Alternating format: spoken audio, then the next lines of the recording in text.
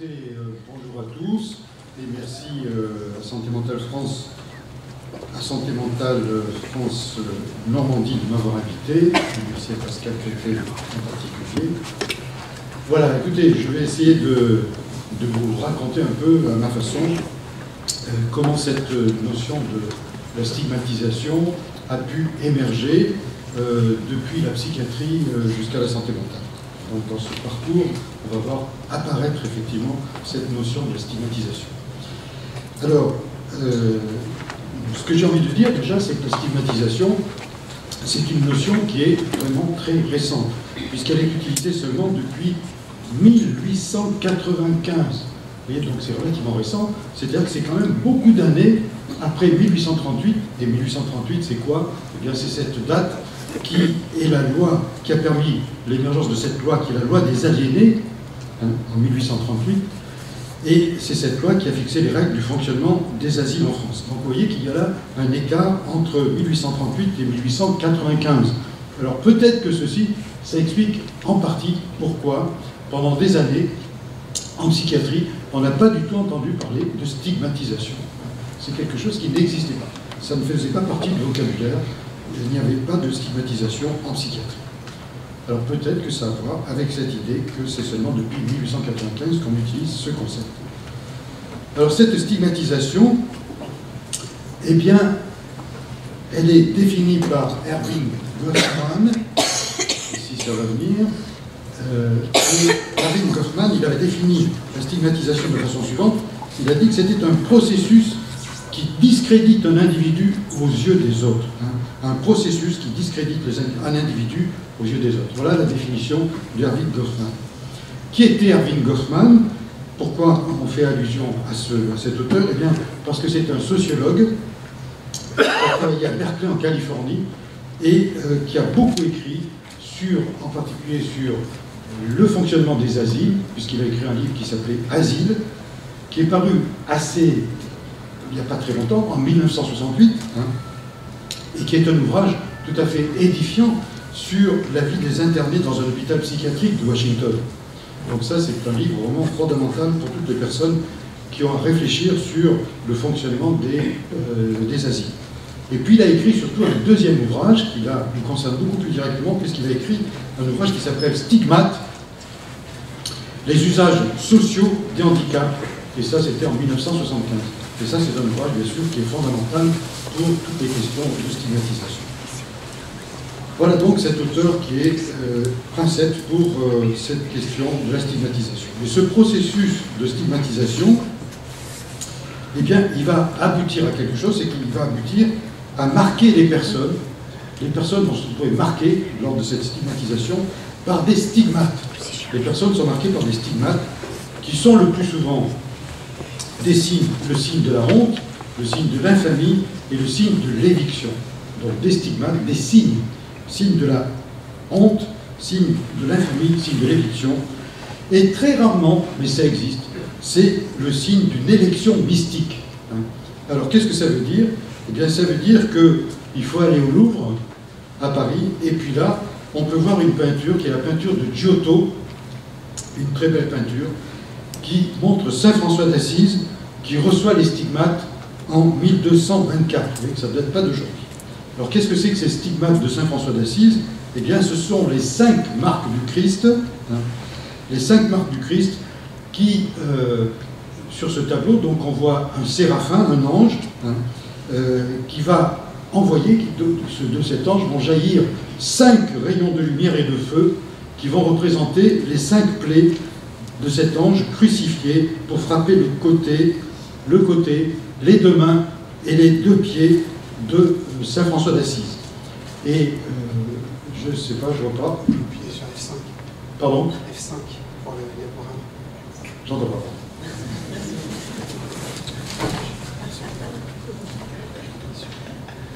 Il faut le mettre là-dessus. Ah, on ne voyait pas? D'accord.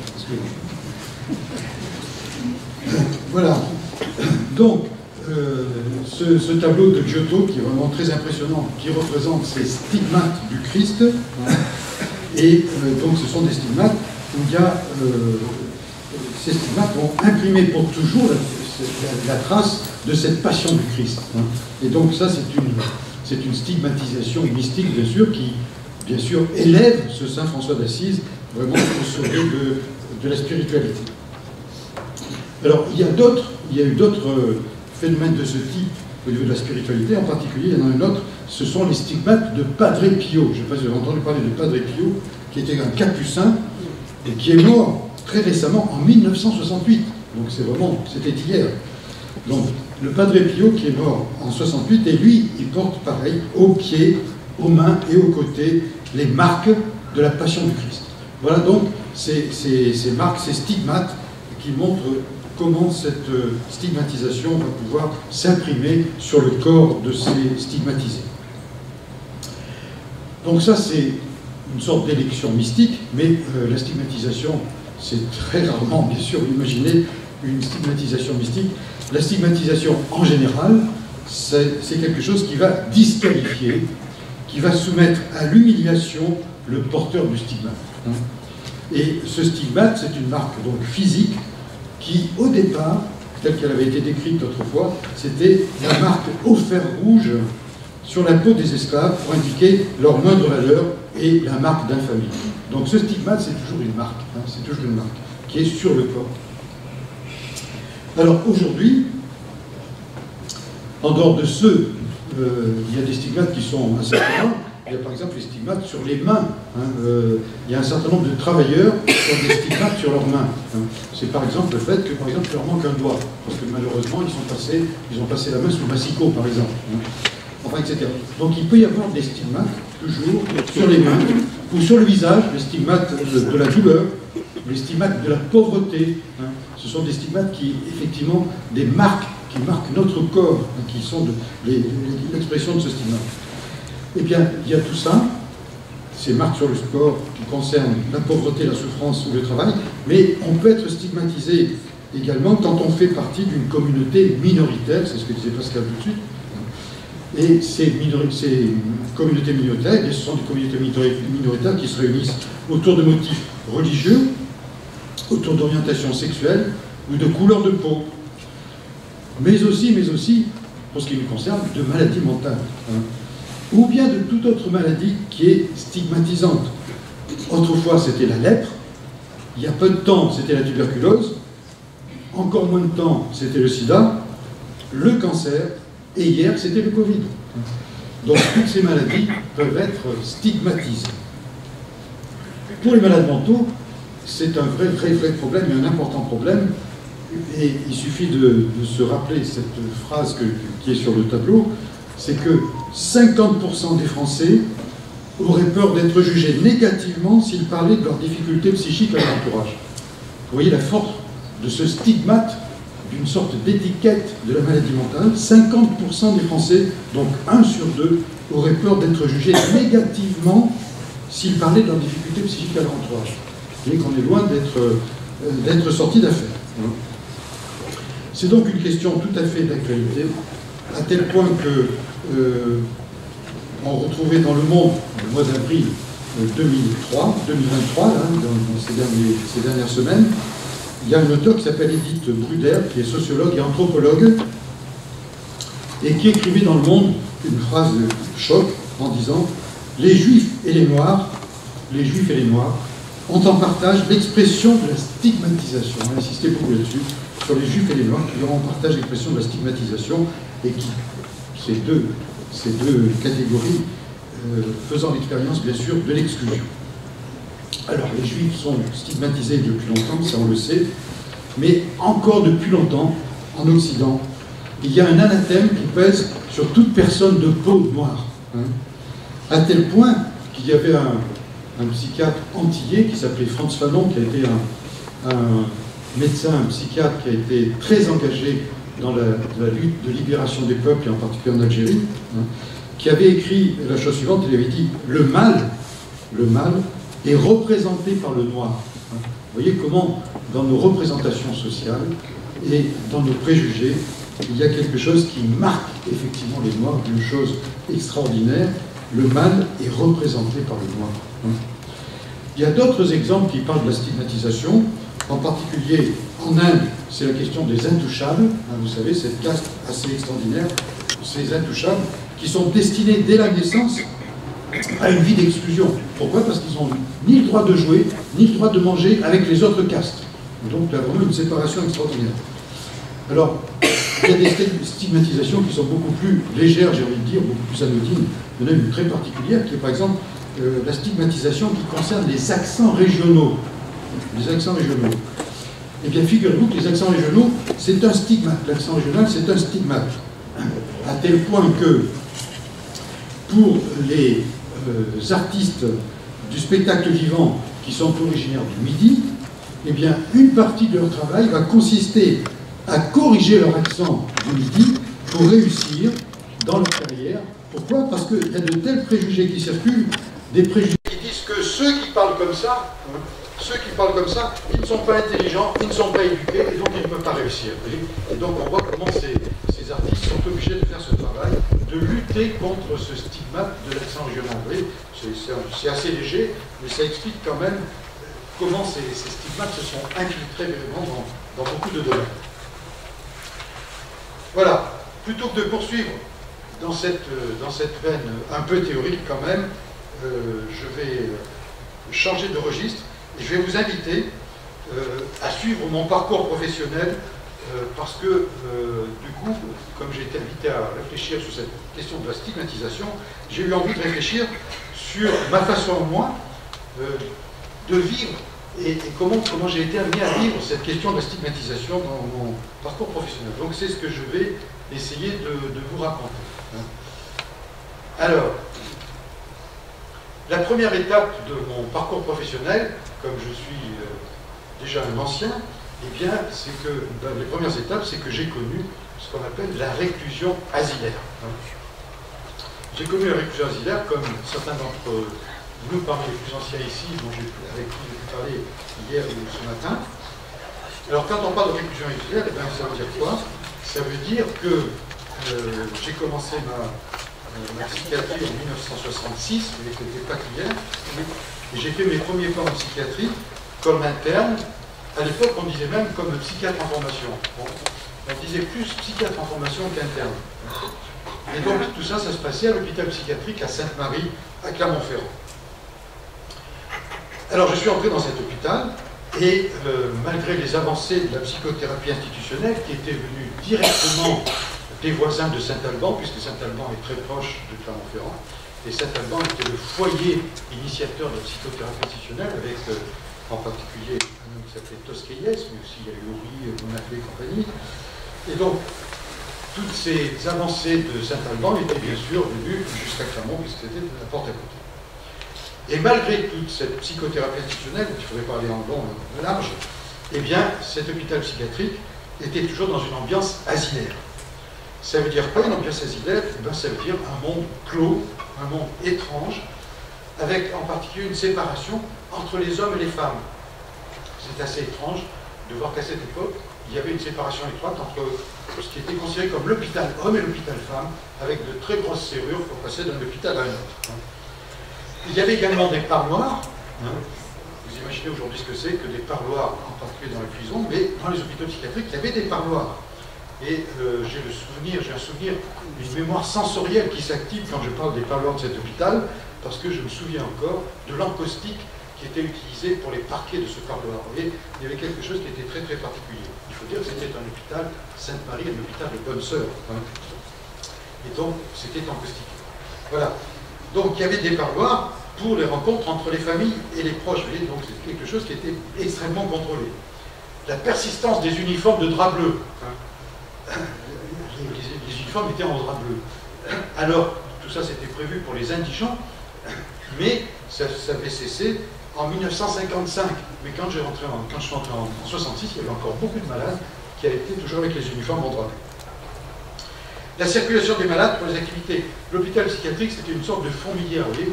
Donc ça circulait, les gens allaient dans les ateliers de la recherche-thérapie, puis beaucoup allaient dans les ateliers des services généraux. Donc ils allaient au travail, voilà. Et puis on voyait dans les services le personnel qui suppléait, les malades qui suppléaient les personnels pour toutes les tâches d'entretien dans les services. et puis des services fermés qui étaient carcéraux, avec des cellules, enfin bon. Et puis alors, avec tout ça, il y avait ce panorama, et puis avec tout ça, il y avait un médecin-chef, mon médecin-chef, et qui passait de quartier en quartier. Il y avait donc des quartiers, le quartier des agités, l'infirmerie, le quartier des gâteux, etc. Donc il circulait. Et puis il circulait, il était vraiment déguisé, hein, c'est le moins qu'on puisse dire. Il circulait avec une blouse blanche, un tablier de chirurgien, hein, et puis une capote très chaude, bleue, bien sûr, et un canot de chirurgien. Et donc c'était quand même assez caricatural. Et puis, bien sûr, il y avait un personnel congrégationniste qui était dans toutes les unités. Voilà, l'isolement justifie le traitement asyllaire. L'isolement justifie le traitement asyllaire. La population internée est objet des soins, et l'interne que j'étais, débutant, avait surtout pour fonction de faire de la médecine, hein, plus que de faire de la psychiatrie. Quand on débutait, on faisait de la médecine. Et c'est comme ça, par exemple, c'est assez marrant, mais c'est comme ça que j'ai appris à traiter les ongles incarnés dans un hôpital psychiatrique. Parce que je devais faire de la médecine. Et donc je devais faire le traitement des ongles incarnés. Et c'était quand même une formation à la psychiatrie qui était assez particulière.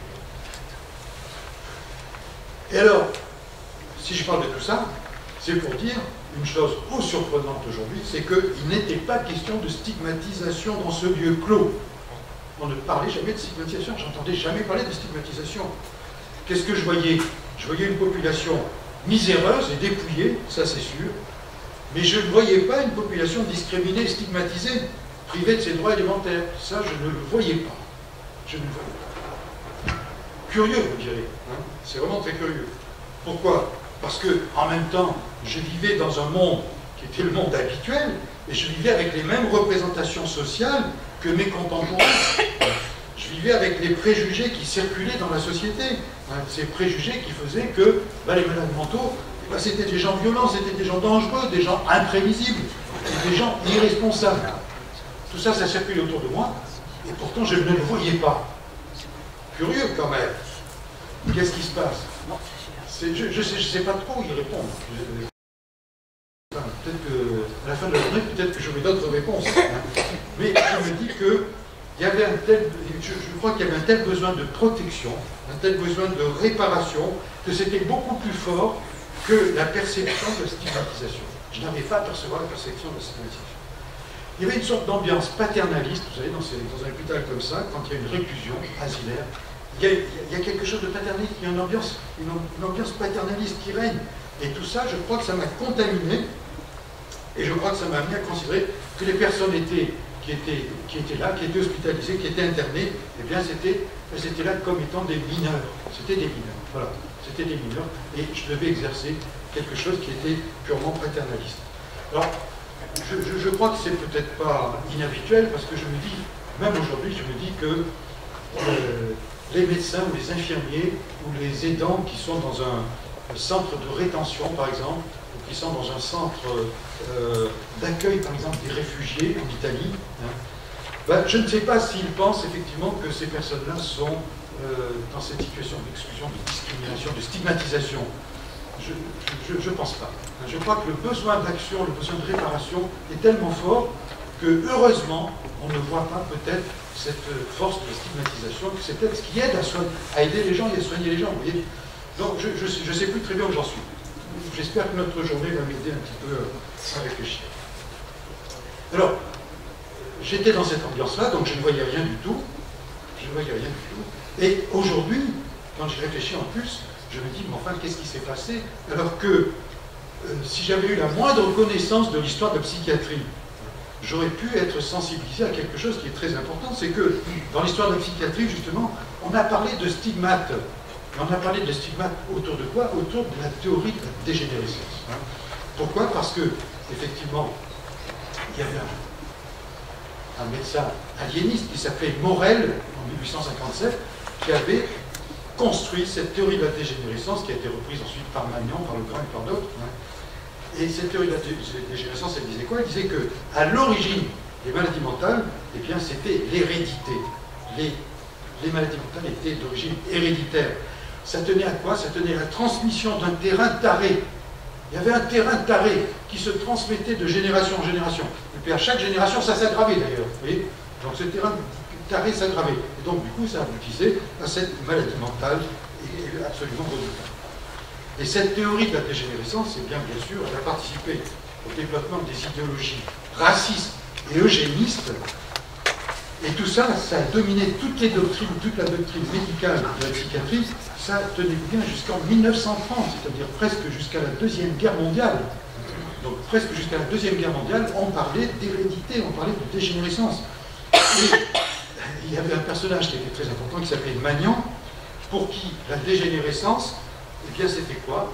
C'était l'état pathologique de celui qui est constitutionnellement amoindri.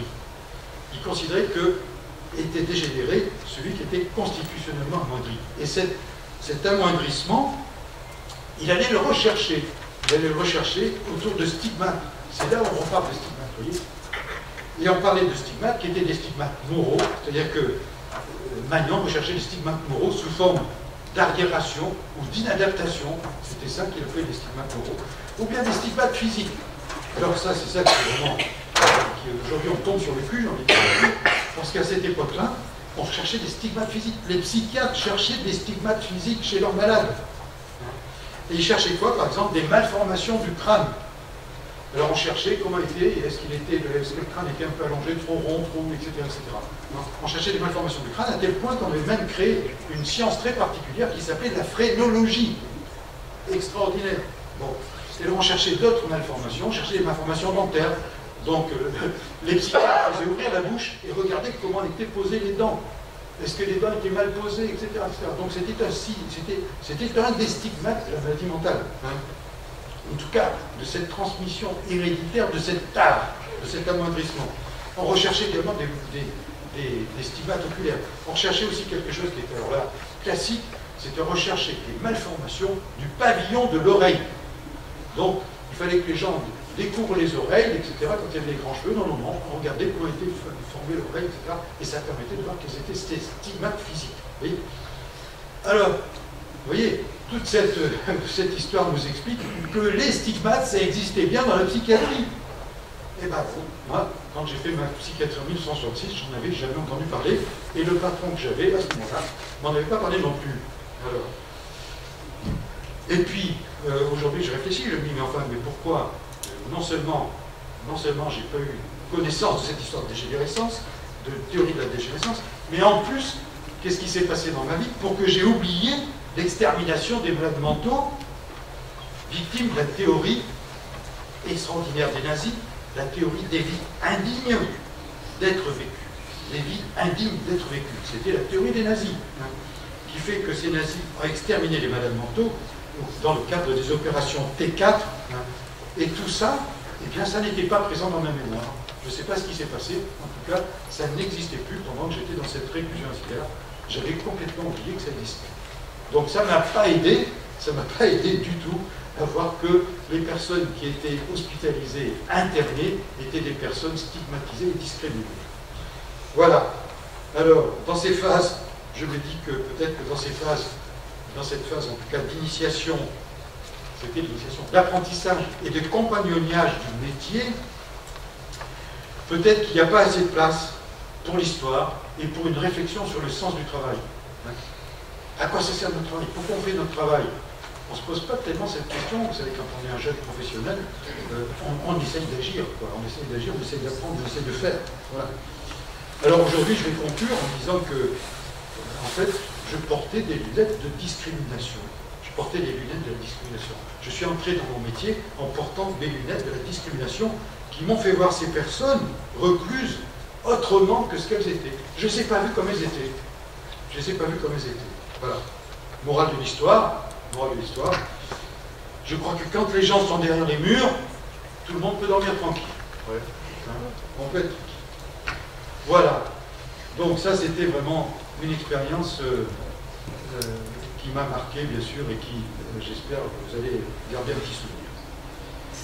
Après cette époque de la réclusion auxiliaire, si vous voulez, j'ai continué ma carrière, je me suis rendu compte que les choses allaient évoluer, parce que ça va évoluer du fait que le malade dont il va être question, eh bien, il va devenir un citoyen progressivement.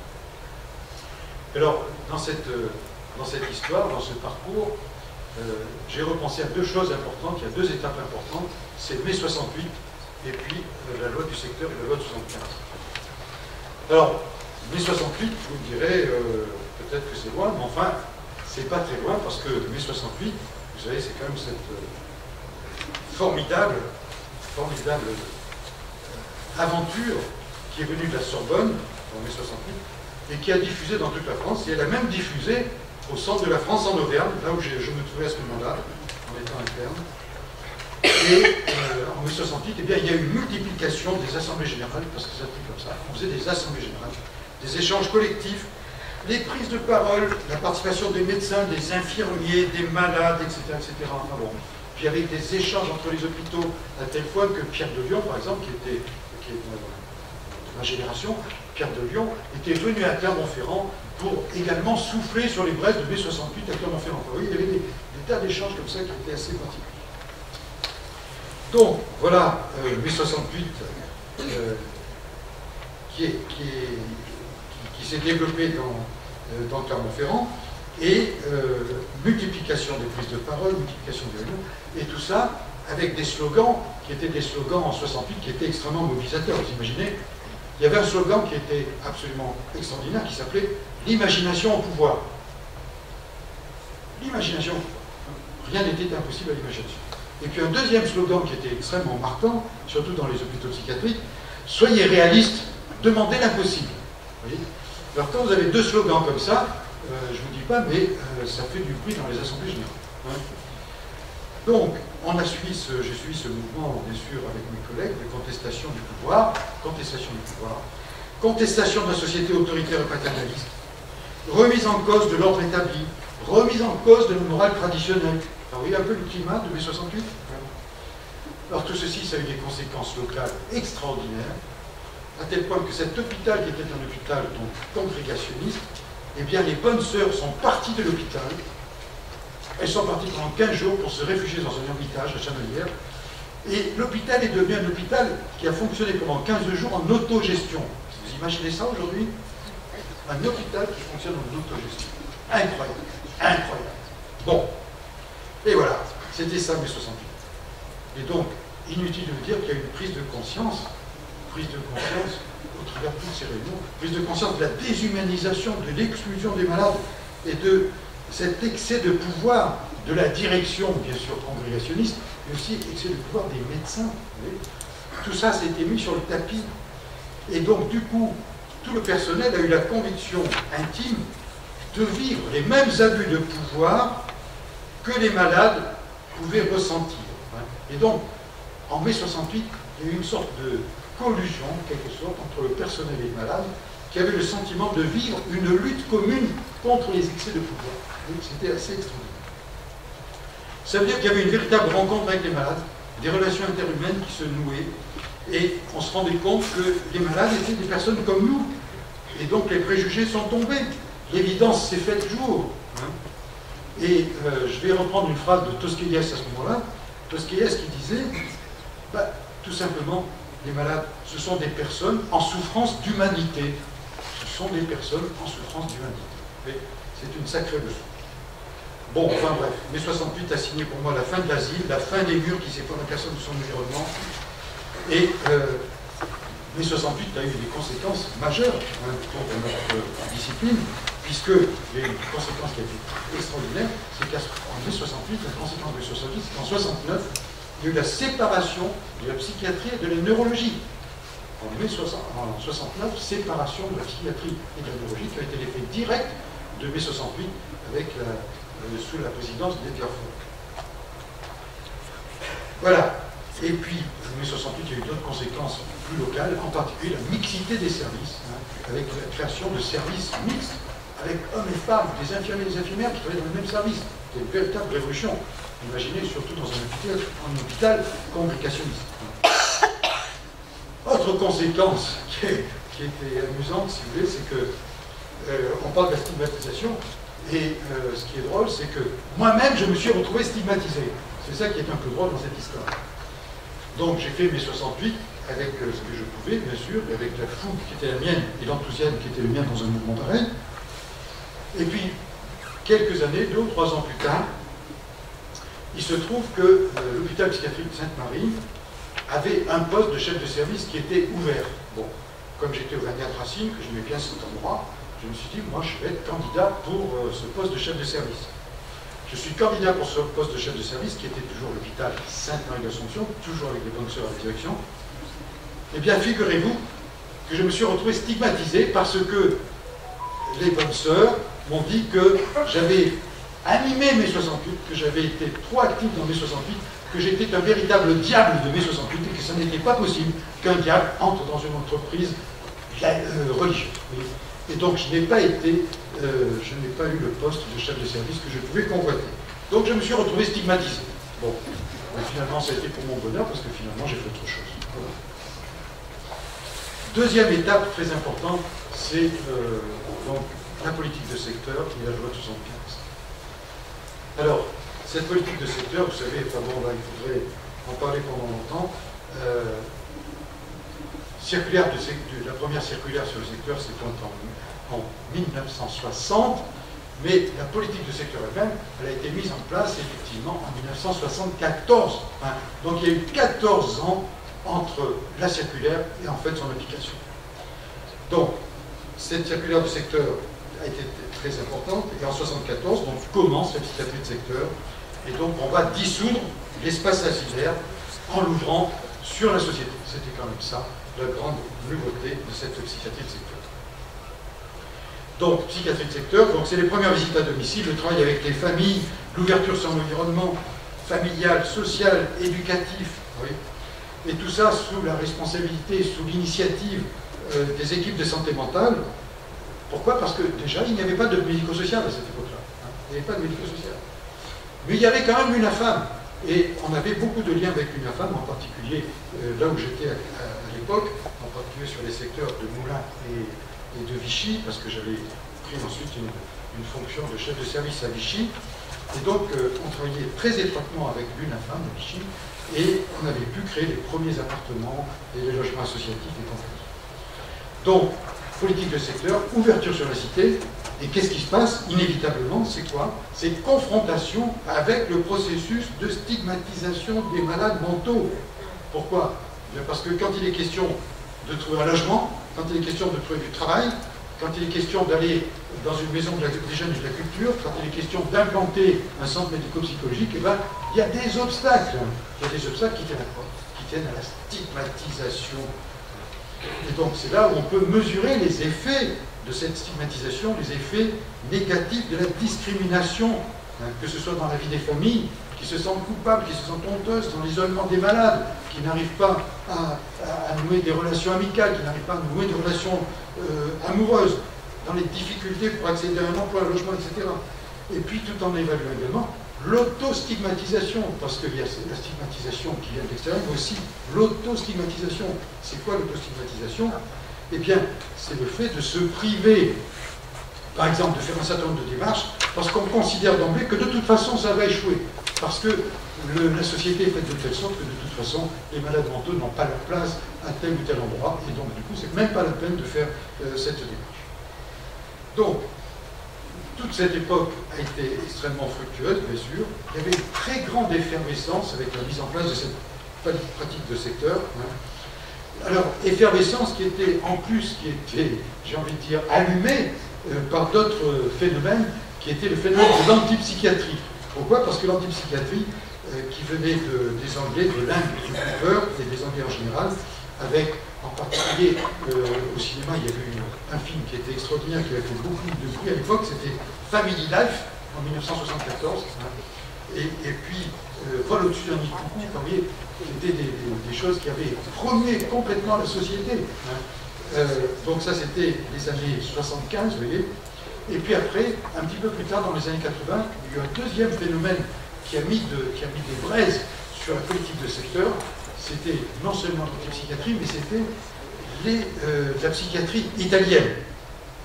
Pourquoi? Parce que les Italiens, au début des années 80, ils ont fait de véritables croisades en France. Alors les Italiens de Trieste, les Italiens de partout, ils venaient et ils nous racontaient comment en Italie, eux, ils se débrouillaient pour faire en sorte qu'il n'y ait plus d'institutions psychiatriques. C'était leur grand combat. Il ne fallait pas qu'il y ait d'institutions psychiatriques, il fallait que les malades vivent dans la société, etc., avec la création des coopératives. Enfin bon, ils nous avaient, j'ai envie de dire, complètement inondés. Ils avaient fait vraiment une croisade en France entière.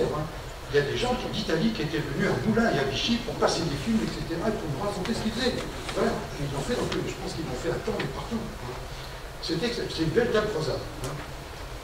Et donc tout ça, ça donnait, bien sûr, ça donnait quoi? Ça donnait du feu dans cet enthousiasme de la politique de secteur. Et alors, en plus, cette politique de secteur, eh bien, elle a été renforcée par une chose qui était très importante, qui a été la loi de 75. Pourquoi? Parce que cette loi de 75, elle va favoriser toutes les initiatives pour sortir de l'asile et permettre, en particulier, une aide financière, cette loi de 75, en faveur des personnes handicapées. Elle va permettre, en fait, effectivement, à ces personnes de bénéficier d'une chose essentielle qui est l'allocation adulte handicapé. Alors je vais vous raconter une petite histoire très très rapide. Donc j'étais sur les secteurs de Vichy à l'époque et j'étais médecin hospitalier à Yzeure puisqu'il n'y avait pas encore de lit encore à Vichy, le lit était à Moulins. Donc Moulins, j'arrive, je prends mes fonctions, il y avait 400 malades qui étaient hospitalisés dans ce service donc, qui concernait les secteurs de Vichy. Je suis parti 10 ans plus tard, eh bien il n'y avait plus que 80 malades dans ce service. Donc en 10 ans, une fonte radicale des malades hospitalisés. On est passé de 400 à 80. Vous imaginez le nombre de services qui étaient vides? Inimaginable. Inimaginable. Et pourquoi les patients sont sortis? Ils sont sortis parce qu'il y a eu la loi de 75. Parce que à cette époque-là, il n'y a pas eu beaucoup de progrès en psychopharmacologie. Il n'y a pas eu beaucoup de progrès en psychothérapie. Il n'y a pas eu beaucoup de progrès en thérapie institutionnelle. Les progrès, ils ont été où? Ils ont été dans le fait que les patients avaient de l'argent. Ils avaient de l'argent. Et donc, du coup, ils ont pu sortir de l'hôpital psychiatrique. Pourquoi? Parce que les familles ont pu les reprendre chez eux, puisqu'ils étaient assurés d'avoir des ressources régulières, mais aussi parce que beaucoup ont pu prendre des logements personnels, etc. Ils ont pu commencer à organiser leur vie. Ça, c'était vraiment quelque chose qui a fait que on s'est bien rendu compte que la psychiatrie ne pouvait plus se limiter à traiter des maladies. Vous voyez, on était entré dans le champ de la santé mentale. On était entré dans le champ de la santé mentale. Cette santé mentale, vous savez, dont l'OMS dit que c'est un état de bien-être qui permet à chacun de réaliser son potentiel pour faire face aux difficultés normales de la vie. On peut faire face aux difficultés normales de la vie. On peut travailler avec succès de manière productive, deuxième point. Et troisième point, être en mesure d'apporter une contribution à la communauté. Vous voyez, si on remplit toutes les cases de l'OMS pour la santé mentale, je vous jure, vraiment, notre vie est complètement transformée. Voilà. Donc, on arrive à cette idée que les malades mentaux sont devenus des citoyens. Et on est donc sorti de la réclusion insulaire, les malades mentaux sont devenus des citoyens, et donc on peut se demander vers quelle société nous pouvons aller pour que chaque personne qui se sent différente ne se sente pas à l'écart de notre société. Et donc, c'est comme ça qu'on va aller vers une société, ce qu'on appelle une société inclusive. Alors, cette société inclusive, eh bien, on va y arriver parce que d'abord, on va lutter contre la stigmatisation. C'est le premier point, on va lutter contre la stigmatisation, parce que la stigmatisation, cette lutte est un enjeu de santé publique. Il faut soigner la stigmatisation, qui est la seconde maladie qui affecte les personnes souffrant de troubles psychiques. Pourquoi on dit ça? Parce qu'on dit qu'effectivement, les malades mentaux qui souffrent de leurs troubles, que ce soit des troubles d'ordre schizophrénique ou autre, on sait qu'ils peuvent actuellement s'améliorer, se rétablir, voire guérir. Bon. Mais ils vont souffrir d'une seconde maladie, parce que même s'ils ont guéri, j'ai envie de dire médicalement, psychologiquement, eh bien, ils vont souffrir d'une seconde maladie qui va être une maladie sociale, qui va être cette maladie de la stigmatisation, qui fait qu'effectivement, le jour où ils vont chercher un logement, le jour où ils vont chercher un travail, le jour, etc., ils vont chercher un amoureux, etc., et bien ça va poser un problème, parce qu'il y a une telle représentation sociale qui fait que cette stigmatisation va agir. Donc, il faut lutter contre cette stigmatisation. Et on sait que malheureusement, c'est pas facile de lutter contre la stigmatisation. Pourquoi? Parce que les études montrent actuellement qu'il y a très peu d'efficacité des actions de l'information du grand public. Ça nous désole parce qu'on est très attaché par exemple, à la semaine d'information sur la santé mentale, en se disant, bah oui, ça c'est le grand public, ça va changer le regard que les gens vont porter sur la vie. Bah, les études montrent que non, c'est relativement peu efficace. On a pu penser que la médicalisation allait être très efficace. C'est-à-dire qu'on est sorti maintenant de l'idée que les maladies mentales, c'est des tares. Hein. On est sorti de l'idée que la maladie mentale, c'est en fonction de la possession démoniaque. Enfin, oui, il y a plein de trucs qui circulent. On dit, si on pense que la médecine agit pour vaincre une maladie mentale, ça va modifier la façon de concevoir la maladie mentale dans notre société. Eh bien non, ça ne marche pas non plus. Hein. Il y a le même rejet depuis qu'il y a la stigmatisation. Hein. Alors on va dire peut-être que c'est les médias qui vont faire changer les choses. On se rend compte que les médias, je ne sais pas trop ce qu'ils vont raconter par rapport à ce qui s'est passé hier et ce qui va se passer ce matin, mais on peut imaginer qu'ils vont continuer à décrire des malades comme étant violents et dangereux. J'imagine que demain, ça va être la même chose, que cet après-midi, ça va être la même chose. La seule chose qui marche, d'après les études, eh bien, c'est le contact direct avec les malades mentaux. Seules les personnes qui ont eu des contacts avec des malades mentaux adoptent une attitude plus positive. C'est la seule chose qui, actuellement, est reconnue comme étant efficace. Voilà. Alors, quand on a dit ça, ben, ça veut dire qu'il faut tout faire, effectivement, pour qu'on crée des alliances, des partenariats entre les familles, les usagers, les professionnels, les élus. Enfin, il y a tout un travail là de partenariat qui est propre d'ailleurs à Santé Mentale France, qui essaye de faire ce travail justement d'alliance et de partenariat. Et puis bien sûr, il faut changer les pratiques, en multipliant les soins à domicile, en défendant les droits des patients. Enfin bon, il y a plein de choses à faire, mais tout ça, ça prend beaucoup de temps et c'est pas simple. Hein. Et on peut dire aussi que... J'ai encore un peu de temps? Oui, ça va. On peut dire aussi que cette société inclusive, on y arrive parce qu'on lutte contre la stigmatisation. Et deuxième chose, on y arrive parce qu'il y a des évolutions législatives et réglementaires. Il y a deux facteurs qui permettent d'aller vers cette société inclusive. Alors ces évolutions législatives et réglementaires, je ne vais pas trop m'attarder, il y a des choses, par exemple, qui étaient très importantes. C'était en particulier les travaux sur les classifications des handicaps. Bon, peut-être que tout le monde n'est pas très au courant ici, il faudrait passer beaucoup de temps, mais il y a eu deux classifications. Une première classification qui était de dire les handicaps, le handicap, ça va être conçu comme quelque chose qui est purement médical. Hein. Si on est handicapé, c'est parce qu'il y a une affection médicale qui a une conséquence qui est le handicap. C'était la classification internationale du handicap. Et cette classification a évolué en fonction de l'évolution de la conception, qui fait qu'on a imaginé, qu'on a pensé, que ce handicap, eh bien, il n'était pas seulement en rapport avec une affection médicale, mais qu'il était surtout en rapport avec un environnement qui était devenu inaccessible pour certaines personnes. Donc c'est comme ça que c'est devenu la classification internationale du fonctionnement. Donc, vu comme ça, en deux coups de cuillère à peau, ça paraît quelque chose de mineur. C'est quelque chose qui est fondamental. Hein. La conception du handicap est fondamentale, puisqu'effectivement, cette dernière conception du handicap, elle met en cause l'environnement. Et on va voir que ça va avoir plein de conséquences, justement, pour expliquer pourquoi c'est important que cette société évolue, parce que c'est la société qui fait l'environnement. Et donc, pour que cette position des personnes en situation de handicap puisse évoluer, il faut que la société elle-même puisse évoluer. Voilà. Deuxième chose qui a été très importante ces dernières années, c'est les lois de 2002 sur les droits des malades. Ça a été très important, avec, par exemple, des choses élémentaires. Par exemple, l'accès au dossier, le fait de pouvoir accéder à son dossier médical. C'est peu de choses, mais ça change tout. Vous n'imaginez pas ce que ça a pu changer dans les hôpitaux psychiatriques, puisqu'on sait maintenant que ce qui est écrit dans les dossiers médicaux, ça peut être lu par la personne elle-même. Donc ça change tout. Hein. Vous voyez, il y a quelque chose qui a été très, très, très particulier. Et enfin, troisième chose qui a beaucoup modifié l'horizon, c'est la loi de 2005, cette fameuse loi de 2005, que je ne connais jamais par cœur, donc je suis obligé chaque fois de revenir à mon texte. Loi de 2005, pour l'égalité des droits et des chances, ça paraît simple, ça paraît clair, pour l'égalité des droits et des chances, c'est important, pour la participation et la citoyenneté des personnes handicapées.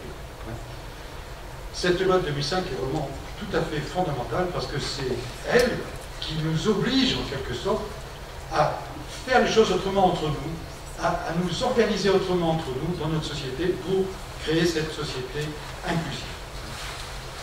Donc cette société inclusive qui ne laisse personne à l'écart. Chacun doit pouvoir participer à la vie de la citoyenneté de la société. La société doit s'adapter aux différences de la personne afin de lui donner toute chance de réussite dans la vie. C'est ça la société inclusive. Et autrement dit, il y a un slogan qui résume bien ça, c'est le slogan bien connu, rien sur nous sans nous. Si vous voulez une société inclusive, il ne faut rien faire sur nous sans nous. Ça c'est assez pratique. Alors, il y a beaucoup de choses à dire sur la société inclusive, mais je m'inspire beaucoup de quelqu'un qui s'appelle Charles Gardou, qui est un anthropologue et un professeur lyonnais, grand promoteur de la société inclusive, qui a écrit beaucoup de bouquins là-dessus, qui lui est vraiment radical. Il dit que les discriminations constituent, écoutez bien, l'un des crimes sociaux de notre temps.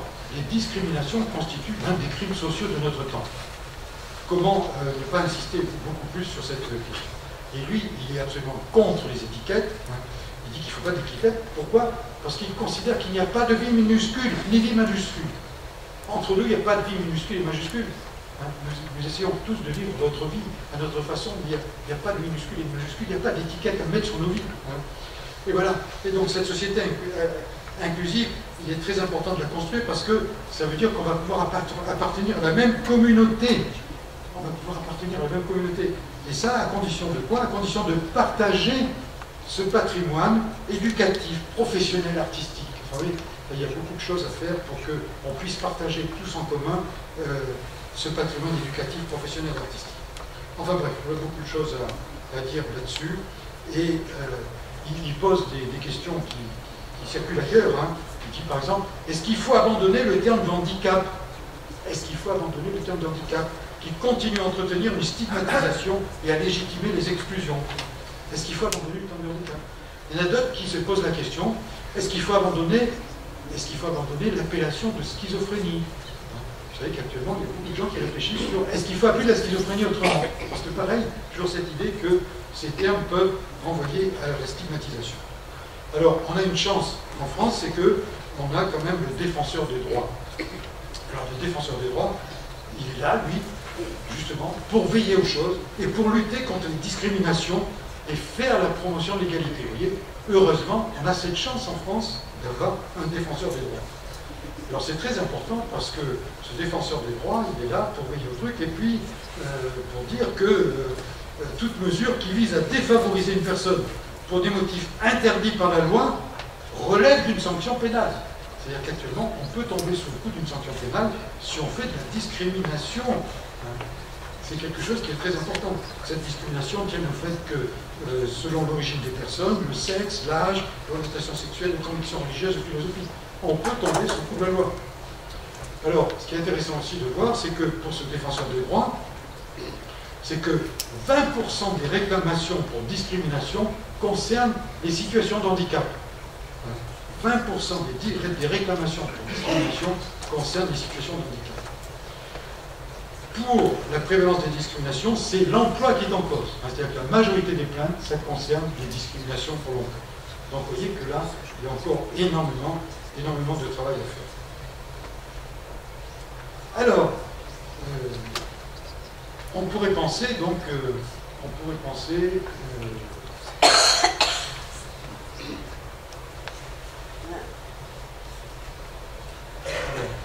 j'ai une fois appuyé sur le sein.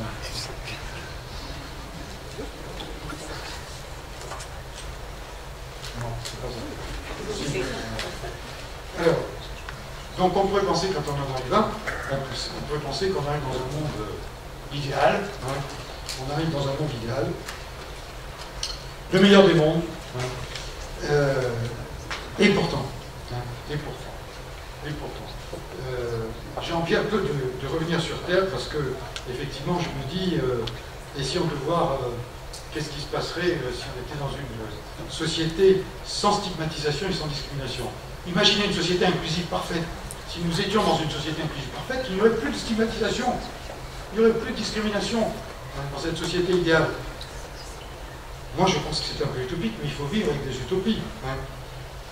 C'est utopique parce qu'une société sans stigmatisation et sans discrimination, ça veut dire quoi? Ça veut dire que cette société aurait la prétention d'effacer toute haine de soi et des autres.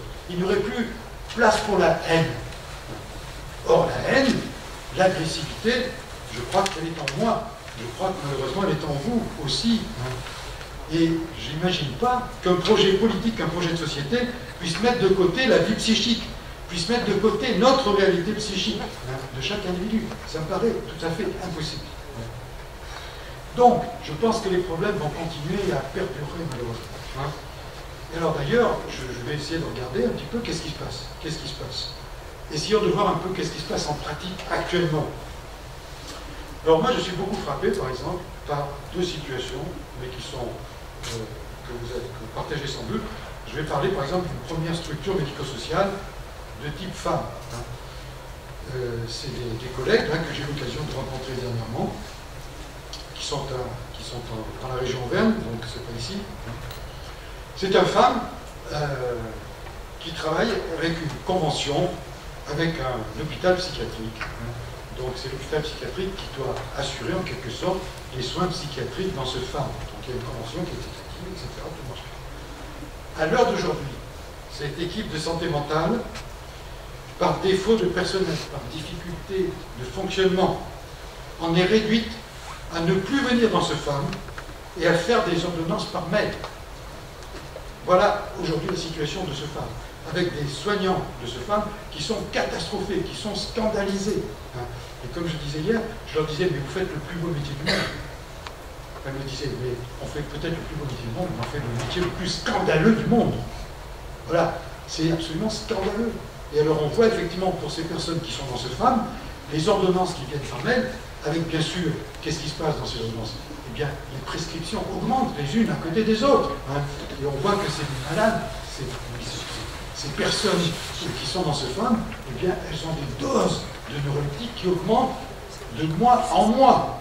On se demande jusqu'où ça va, jusqu'à bien sûr aux effets contradictoires et paradoxaux des neuroleptiques, qui font qu'au lieu d'être agités, au lieu d'être sédatés, ils deviennent agités, bien sûr, évidemment. Mais les médecins ne viennent plus sur place, ils n'ont plus les moyens de venir sur place. Premier problème.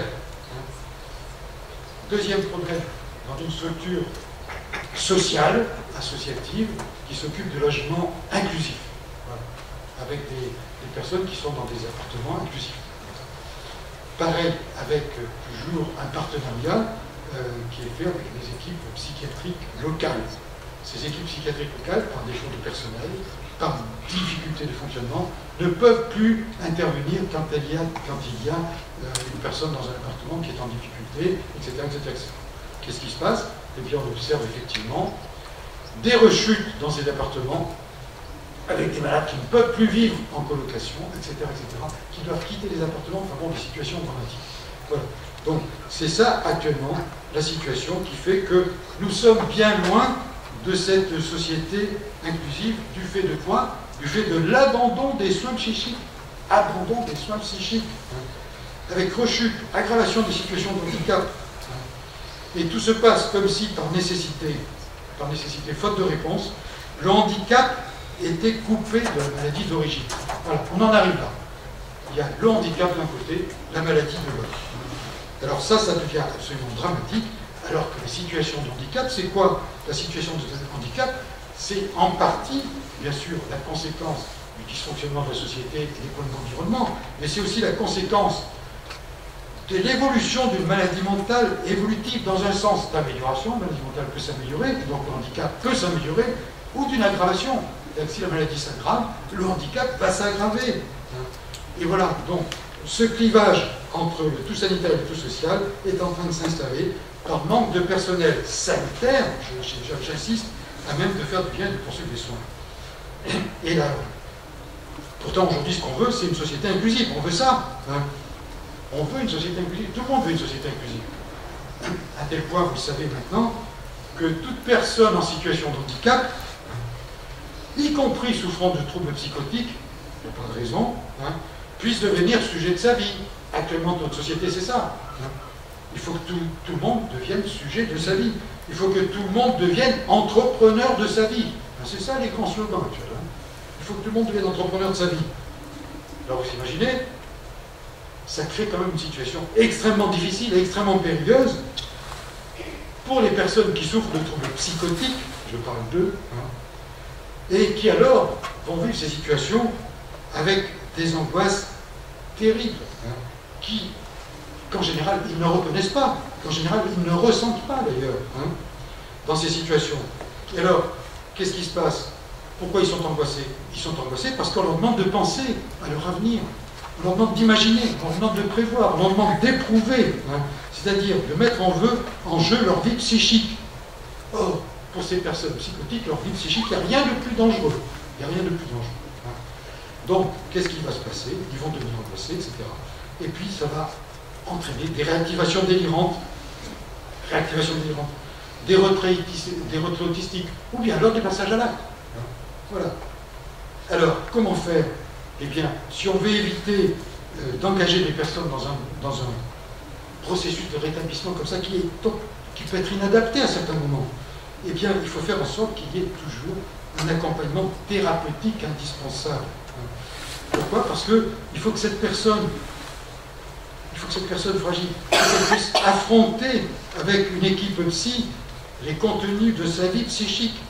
Il faut absolument qu'en passer par là. Il faut qu'elle puisse parler de ses souvenirs, de ses désirs, de ses fantasmes, de ses émotions. Il faut qu'elle fasse un travail narratif pour un récit de sa vie avec tous les obstacles qu'elle peut rencontrer, les satisfactions, etc. Enfin bon, c'est tout ça le travail psychique. Et à défaut, si on ne fait pas ça, eh bien on va voir quoi? On va voir la résurgence encore plus forte de la stigmatisation et de la discrimination. Voilà. Donc, j'aime bien la société inclusive, je ne vais pas pour, mais malheureusement, je constate que la situation actuelle ne va pas dans ce sens et qu'il ne faut pas penser qu'un accompagnement socio-éducatif, il ne faut pas penser que des plateformes de services vont suffire et vont annuler les nécessités des soins psychiques. Ça me paraît une illusion totale. Alors, quelle est ma conclusion? Quelle est ma conclusion? Alors, du coup, je crois que j'ai... je ne sais pas si... Oui, je crois que j'ai oublié ça. Enfin, voilà. Ma conclusion, je vais être modeste, parce que, comme vous le voyez, entre l'idéal de la société inclusive et puis les pratiques actuelles, je crois qu'il faut qu'on soit assez modeste et pas trop prétentieux. La lutte contre la stigmatisation, c'est un grand combat collectif. Mais, alors je me disais que peut-être que malgré tout, on peut agir chacun à notre petit niveau. Alors, il y a deux petits niveaux que je voudrais dire en conclusion. Premièrement, il faut retenir l'importance du regard que l'on porte sur celui qui est différent. Quel est le regard qu'on porte sur celui qui est différent? Si déjà on pouvait éviter de réduire une personne à son état, à ses symptômes, à un étiquetage, déjà on aurait fait un grand progrès, parce que ça veut dire quoi? Ça veut dire que, au lieu de parler de schizophrène, on parlerait peut-être de personnes qui souffrent de troubles de schizophrénie. C'est déjà très compliqué. J'ai beau me dire ça, je fais souvent des erreurs, et je ne suis pas à l'abri de critiques. Et je crois que je continue malheureusement encore des fois à parler par raccourci, comme ça je parle des schizophrènes, oui d'accord. Eh bien c'est pas vrai. Deuxième point, je crois qu'on peut obtenir une autre importance, qui est l'importance de la fraternité. Ça c'est Charles Gardou qui en parle dans sa société inclusive. Il parle de l'importance de la fraternité. Il dit, l'égalité c'est très beau, mais ça ne suffira jamais. Ça ne suffira jamais s'il n'y a pas de fraternité. Il faut qu'il y ait de la fraternité dans notre société inclusive, parce que c'est comme ça que demain, si on a un peu de fraternité, peut-être que demain, là, nous allons saluer sur notre palier une personne qui est en situation de handicap psychique ou un SDF. Ces deux personnes qui viennent de s'installer dans leur chez-eux. Vous savez, on parle toujours le chez-soi d'abord, mais le chez-soi d'abord, ça veut dire qu'il y a quelqu'un qui est sur le palier. Vous voyez.